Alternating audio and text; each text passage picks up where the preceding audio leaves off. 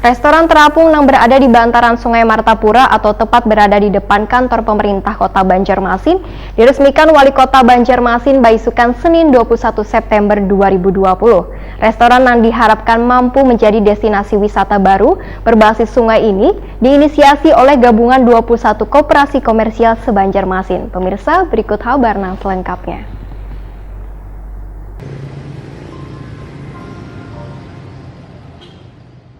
Restoran terapung yang berada di bantaran Sungai Martapura atau tepat berada di depan kantor Pemko Banjarmasin diresmikan Wali Kota Banjarmasin Ibnu Sina Baisukan Senin 21 September 2020. Restoran yang diharapkan mampu menjadi destinasi wisata baru berbasis sungai ini diinisiasi oleh gabungan 21 koperasi komersial se-Banjarmasin. Pengurus koperasi sekunder Restoran Terapung Banjarmasin yang akhirnya bisa mewujudkan mimpi ini jadi kenyataan. Sebuah restoran yang sangat megah, yang berdiri mengapung secara gagah perkasa di pinggiran Sungai Martapura, di depan Balai Kota Banjarmasin, mudah-mudahan menjadi ikon baru bagi Kota Banjarmasin, dan ini juga menjadi kado terindah bagi hari jadi Banjarmasin yang ke-494 tahun ini. Dan kemudian teriring doa dari kami supaya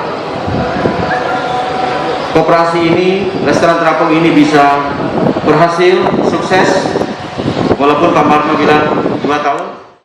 Wali Kota Banjarmasin Ibnu Sina Wahetakuni Prima TV memedahkan keberhasilan pengolahan restoran terapung Banjarmasin merupakan capaian yang luar biasa sebagai bentuk dan upaya bersama untuk menciptakan destinasi wisata di aliran Sungai Martapura. Ibnu Sina berharap proses operasi restoran terapung Banjarmasin dapat berjalan lancar dan sukses karena terapung Banjarmasin tersebut nantinya akan membangkitkan roda perekonomian warga dan sebagai salah satu monumen yang melambangkan terwujudnya visi misi pemerintah Kota Banjarmasin terkait penciptaan wirausaha baru.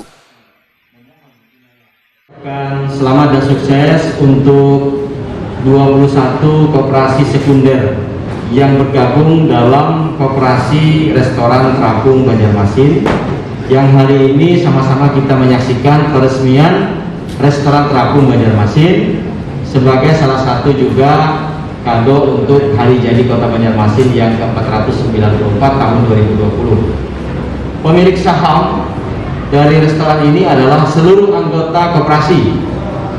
Dari 21 anggota koperasi tidak kurang dari 5.000 orang anggotanya. Ya. Dengan bantuan dari koperasi Titi Basiri sebagai modal dasar yang memberikan